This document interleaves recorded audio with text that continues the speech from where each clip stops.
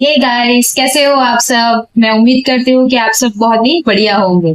मैं स्टार्ट करती हूँ मेरा न्यू टॉपिक। ओके, हम देखेंगे एबनॉर्मल रेस्पिरेशन साउंड। बराबर, तो साउंड हम देखेंगे और कौन सी कंडीशन में ये साउंड सुनाई देते हैं वो हम देखने वाले हैं। ओके, तो फर्स्ट ऑफ ऑल है विजिंग साउंड। ओके, मतलब कैसा साउंड होगा? हाई पिच विस्लिंग साउंड होगा। जैसे विसल कैसे बजती है वैसा साउंड आएगा। तो कौन सी कंडीशन में आता है? तो अस्थमा वाली कंडीशन होती है, उसमें हमको विजिंग साउंड सुनाई देगी। ओके, सेकंड जो होता है क्रैकल, मतलब या रेल साउंड, मतलब कैसा साउंड होगा? हाई पिच पॉपिंग साउंड होगा। ओके, कौन सी कंडीशन में सुनाई देगा? तो न्यूमोनिया है या तो हार्ट फेलियर जो कंडीशन है उसमें हमको सुनाई देगा। ओके, नेक्स्ट वाला कौन सा साउंड है एबनॉर्मल? तो रोंकाई। ओके, या तो स्नोरी प्लस माउनिंग साउंड बोलते हैं। ओके, तो कौन सी कंडीशन में होगा? सीओपीडी या तो ब्रोंकाइटिस कंडीशन है, उसमें भी सेम टू सेम रोंकाई साउंड हमको सुनाई देगी। ओके, नेक्स्ट हम देखते हैं प्लूरल फ्रिक्शन ड्रॉप। बराबर, जैसे